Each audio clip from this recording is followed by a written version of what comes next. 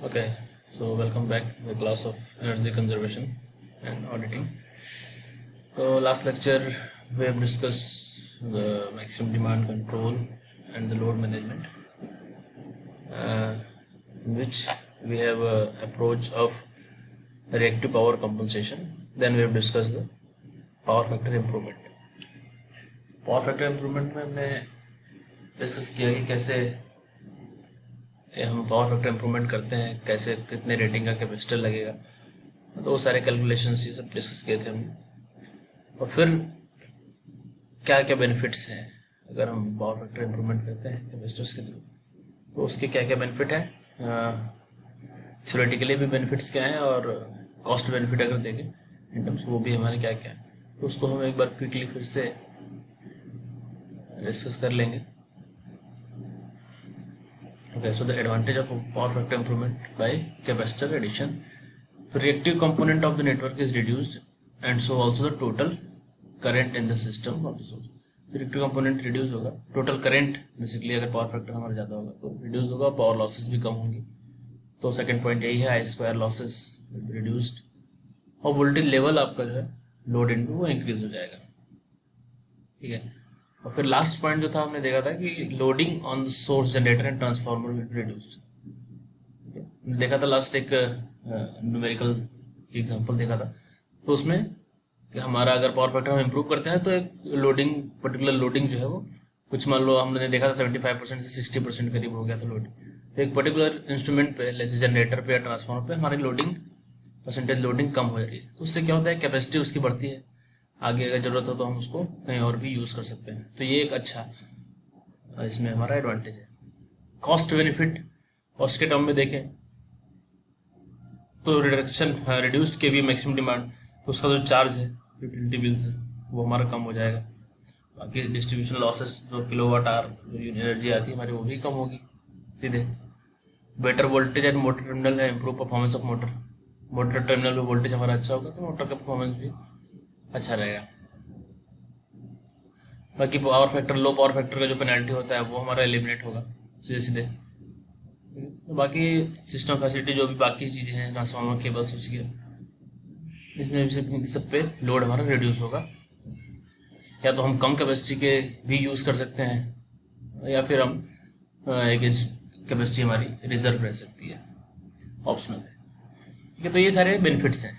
Next इसमें था कि सिलेक्शन ऑफ कैपेसिटर, तो सिलेक्शन ऑफ कैपेसिटर भी हमने डिस्कस कर लिया था ये अपना कैलकुलेशन से, वही हमारा जो कितना रिएक्टिव पावर कैपेसिटर को सप्लाई करना है, दैट इज P10∅1 - 10∅2 फॉर्मूला हमने देखा था वो था। उसके बाद है मेन लोकेशन ऑफ कैपेसिटर, कहाँ कहाँ हमारे कैपेसिटर आपके जो पूरे सिस्टम है उसमें हम लगा सकते हैं।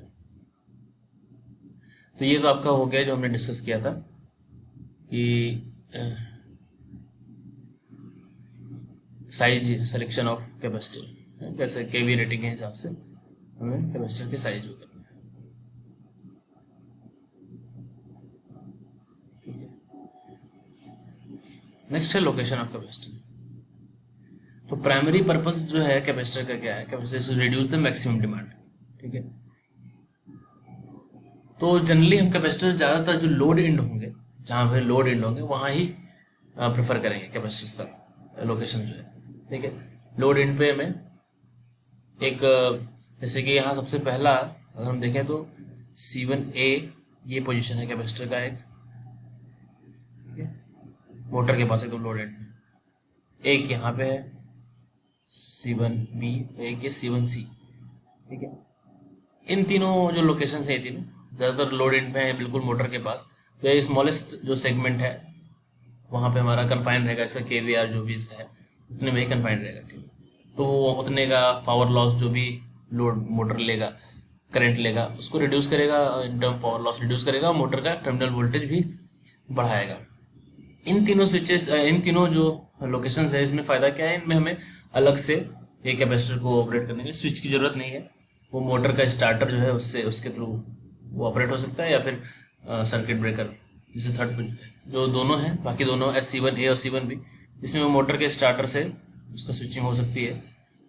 और जो थर्ड पोजीशन है C1C, इसमें सर्किट ब्रेकर जो है वहाँ से हमारा ये ऑपरेट हो सकता है। ठीक है। तो पहला जो है फर्स्ट C1A, वो ज़्यादातर न्यू इंस्टॉलेशन जब होंगे हमारे इस मोटर रोटर, तो वहाँ पे यूज़ करते हैं ताकि हम उसके जो थर्मल प्रोटेक्टर्स हैं उसका साइज रिड्यूस कर सकें। और ये सेकंड वाला है C1B, इसमें जो अगर पहले से एग्जिस्टिंग इंस्टॉलेशन है जहाँ पे हमें रिसाइजिंग नहीं करनी है थर्मल प्रोटेक्टर्स की, सबकी मोटर्स के, तो वहाँ हम इसको C1B यूज़ करेंगे इस लोकेशन पे कैपेसिटर। और थर्ड लोकेशन पे हम कैपेसिटर का परमानेंट पे ये लगा होता है, लेकिन इसमें कोई स्विच की ज़रूरत नहीं होती है थर्ड लोकेशन में जो कैपेसिटर है। फिर इसके बाद कुछ लोकेशंस हैं हमारी, जैसे ये है एक C1, ये C2 है आपका, ये C3 है और ये C4 है। तो कहाँ पे फीडर्स पे लगे हुए हैं, बाकी जहाँ डिस्ट्रीब्यूशंस है वहाँ लगे हुए हैं। तो इनमें सेपरेट स्विच की ज़रूरत हमको पड़ेगी, इनके लिए हमें ये जो कैपेसिटर हैं वो स्विच से ऑपरेट होंगे सेपरेटली। तो फीडर्स पे लगे हुए हैं ये सारे कैपेसिटर्स हमारे लास्ट में, और डिस्ट्रीब्यूशन एंड पे। तो इनका भी रोल वही है कि जो भी आपका लोड में करंट फाइनली हो जाएगी या पावर लॉस हो जाए उसको रिड्यूस करना है, ठीक है। तो ज़्यादातर जो कैपेसिटर हम लगाएंगे लोड एंड पे लगाते हैं वो सब शंट में लगाते हैं to improve the power factor, या फिर आप कह सकते हैं वोल्टेज प्रोफाइल इम्प्रूव करने के लिए, तो वो शंट में हम लोड एंड पे लगाते हैं। सीरीज में कैपेसिटर कहाँ लगते हैं, डिस्ट्रीब्यूशन एंड पे, जब अगर हमारा लो वोल्टेज हो गया, कई बार बूस्टर एज ए बूस्टर काम करते हैं, तो basically power transfer capability improve करने के लिए हम सीरीज में कैपेसिटर लगाते हैं। तो कई बार बूस्टर की तरह भी हम उसको यूज़ करते हैं, तो डिस्ट्रीब्यूशन एंड पे सीरीज में कैपेसिटर्स को लगाते हैं। तो ये बेसिकली कुछ टिपिकल लोकेशंस हैं जहाँ पे हम कैपेसिटर्स को यूज़ करते हैं, उनके पर्टिकुलर रोल्स भी हैं हर जगह पे, ठीक है। इनके बारे में लिखा हुआ है, जो हल्का हल्का हमने डिस्कस कर लिया है, उसको पढ़ सकते हैं, ठीक है।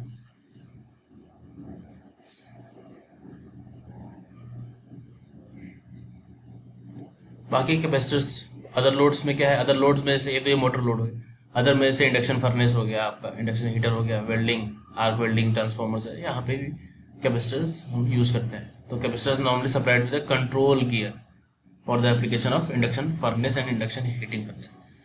तो यहाँ पावर फैक्टर हमको 0.7 से लेके 0.9 तक चाहिए होता है, पूरे प्रोसेस में वेरिएशन चाहिए। तो जब ट्रांसफार्मर होता है यहाँ पे वेल्डिंग ट्रांसफार्मर, वहाँ पे हम प्राइमरी में लगाते हैं, क्योंकि जनरली जो ट्रांसफार्मर है उसका 0.35 करीब रेंज में फैक्टर होता है, और वेल्डिंग सबके लिए हमें 0.7 से 0.9 तक चाहिए, तो वहाँ हम कैपेसिटर यूज़ करते हैं। परफॉर्मेंस असेसमेंट की बात करें पावर फैक्टर कैपेसिटर्स का, तो क्या क्या हो सकता है। एक तो हो सकता है वोल्टेज इफेक्ट्स। वोल्टेज मतलब कि अभी हमने देखा था जब हम पढ़ रहे थे कि जो सप्लाई के साथ ही शंट में डेल्टा कनेक्टेड या फिर स्टार कनेक्टेड बैंक सिस्टम लगाते हैं, तो सप्लाई वोल्टेज ही सीधे सीधे अप्लाई होता है हमारा कैपेसिटर बैंक में। तो उसकी जो भी रेटिंग होगी, केवी रेटिंग, KVR रेटिंग, वो हमारा वोल्टेज पे डिपेंड है। तो अगर कुछ रिड्यूस्ड वोल्टेज हमको मिलता है, ठीक है, आइडली तो हमको सप्लाई वोल्टेज से मैच होना चाहिए। If supply voltage is lower, the reactive KVR produce will be the ratio of V1/V2 इसमें, जहाँ V1 is the actual supply voltage and V2 is the rated voltage. V1 जो reduced voltage हमको मिला वो है divide by V2। तो इस तरह से फिर हम उसका रिएक्टिव KVR जो है कैपेसिटर का डिसाइड करेंगे। और अगर सप्लाई वोल्टेज हमारा बढ़ जाता है तो थोड़ा सा कैपेसिटर में हमारे एडवर्स इफेक्ट पड़ेगा। अच्छा, एक पॉइंट और बड़ा इंपॉर्टेंट है इसमें, जब कैपेसिटर हम लोकेट कर रहे थे तो एक सबसे इंपॉर्टेंट पॉइंट क्या है कि it should be noted that the rating of the capacitor should not be greater than the no load magnetising KVR of the motor. कि अगर ये no load magnetising KVR of motor से ज़्यादा हो गया तो क्या होगा, डैमेजिंग द ओवर वोल्टेज और ट्रांजिएंट एकर।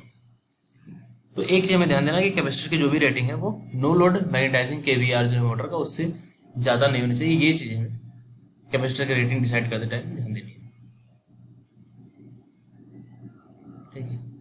फिर परफॉर्मेंस क्या हो सकता है मेजर कैपेसिटर्स के लिए, तो एक मटेरियल हो सकता है। मटेरियल अलग अलग यूज़ करते हैं हम, ठीक है। उसमें चाहे हम पेपर यूज़ करें, पॉलीप्रोपिलीन यूज़ करें, जैसा हमारा यूज हो, जैसा हमारा वो। तो watt loss per kVAR as well as life vary with the respect to the choice of dielectric material. तो कैसा आप डाइलेक्ट्रिक मटेरियल यूज करते हैं उस पर भी डिपेंड करता है उसका लाइफ। कनेक्शन है तो शंट कैपेसिटर कनेक्टेड, हम ज़्यादातर शंट कनेक्शन अडॉप्ट करते हैं ऑलमोस्ट इंडस्ट्री में। और फिर सीरीज कैपेसिटर कहाँ अडॉप्ट करते हैं, voltage boosting and distribution network, जिसको हमने पहले डिस्कस किया। ऑपरेशनल परफॉर्मेंस ऑफ कैपेसिटर, तो ऑपरेशनल परफॉर्मेंस क्या है, क्या क्या देखना है हमको कि उसके चार्जिंग डिस्चार्जिंग चार्जिंग करंट जो है उसको प्रॉपर है कि नहीं, ठीक है। कैपेसिटी ऑफ फ्यूज एलिमेंट्स में can be replenished as per requirement. Portable analyser can be used for measuring kVAR delivered, तो कितना kVAR डिलीवर्ड कर रहा है, जितना हमको प्रॉपर चाहिए उतना कर रहा है कि नहीं, चार्जिंग करंट, ये सब मेजर करते हैं। तो कैपेसिटर जो है बेसिकली 0.2 से 6 वॉट जो है एक्टिव पावर भी कंज्यूम करता है पर kVAR डिलीवर करने के लिए, तो बहुत कम है, जो कि उसको हम नेग्लेक्ट कर सकते हैं। जितना वो बेनिफिट हमको दे रहा है उसके कंपैरिजन में देखें तो हम इतना कंजप्शन उसका नेग्लेजिबल ही है। कुछ चीज़ें हमें जो ध्यान देनी देखने के, name plates can be misleading with respect to the rating, तो it is good to check the charging current. हो सकता है कि जितना तुमको रेटिंग दिया था कि इतना चार्जिंग करंट होगा, इतना kVAR वो डिलीवर करेगा, नेम प्लेट के हिसाब से हो सकता है कि ना हो कैपेसिटर, तो उसको आपको चेक करना है एनालाइजर से अपने, जिससे भी करके उसको पहले चेक करना है, फिर उसको इंस्टॉल करना है। कैपेसिटर बॉक्स, कैपेसिटर बॉक्सेस में contain only the insulated compound and insulated terminal with no capacitor element inside. ऐसा भी हो सकता है कि बेवकूफ़ बना दें, ठीक है, कैपेसिटर कुछ ना हो, सिर्फ ऐसा बॉक्स जैसा हो, इंसुलेटेड टर्मिनल्स हो बस। तो ये सब भी ध्यान देना है हमको, पहले चेक करना है, उसके बाद इंस्टॉल करना है। Capacitors for single phase motor starting and those use for lightning circuit of the voltage boosting are not power factor capacitor units and this can not withstand the power system conditions. तो वो जो capacitors हैं वो हमारे अलग है, ये जो हमारे सिंगल फेज में स्टार्टिंग के लिए होता है, सिंगल फेज इंडक्शन मोटर में स्टार्टर के लिए कंडेंसर इसको बोलते हैं, वो लाइटिंग पर्पज के, तो वो सब कैपेसिटर हमारे डिफरेंट है। वो सब कंडीशन को, पावर कंडीशन हमारे सिस्टम में इसको विदस्टैंड नहीं कर पाएंगे। तो ऐसा नहीं कि कहीं आपको कब इम्प्रूवमेंट करना है तो यही वाला कैपेसिटर जाके लगा दिए, तो अलग है। चार्जिंग डिस्चार्जिंग करंट का और kVAR कितना डिलीवर कर रहा है, इसका बहुत रोल है, हमें उसके हिसाब से कैपेसिटर अपना सेलेक्ट करना है। ठीक है, तो इसमें हमने क्या पढ़ा कि पहला कि जब आप पावर रिएक्टिव पावर कंपनसेशन कर रहे हैं तो पावर फैक्टर इंप्रूवमेंट भी कर रहे हैं कहीं ना कहीं, तो कैपेसिटर का यूज़ है।